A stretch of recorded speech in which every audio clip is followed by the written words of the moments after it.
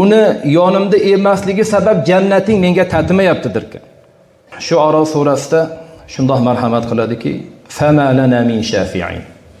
Mana endi biz uchun shafoatchilar ham yo'q, wala sodiqin hamim. Biron qadrdon do'st ham yo'q.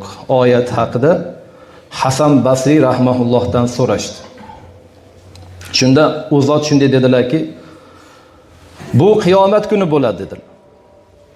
Jannat ahli jannatga, do'zax ahli do'zax kirib bo'lgandan keyin jannat ahlidan bo'lgan bir kishi Allohga iltijo qiladi. Ey Robbim, meni falonchi do'stim bor edi, topa olmayapman. U qayerda jannatda ko'rmayapman-ku deb Allohga iltijo qilar ekan.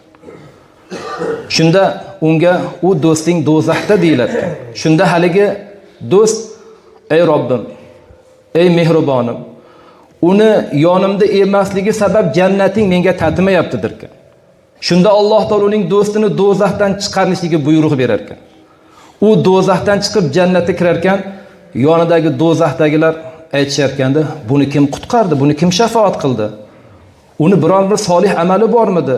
Yoki uni bir shahid otasi yoki biron bir payg'ambar buni shafoat qildimi, do'zaxdan qutqardimi deganda yo'q deylar ekan. Uning solih bir do'sti bor edi. Ana shu solih do'sti buni jahannamdan qutulishligiga sababchi bo'ldi deb javob berilar ekan. Shunda do'zax ahli shunaqangi pushaymon faryod qilar ekanda. Endi bizlar uchun na oqlovchilar va na biron qadrdon do'st bor.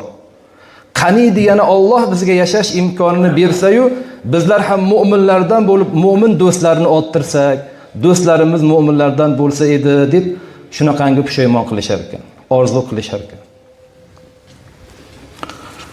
Shuning uchun azizlar, do'stlarimizni ana shunday insonlardan bo'lishlikka harakat qilaylikki, mana shunday do'stlar bizlarga bu dunyoda ham, oxiratda ham manfaat beradi.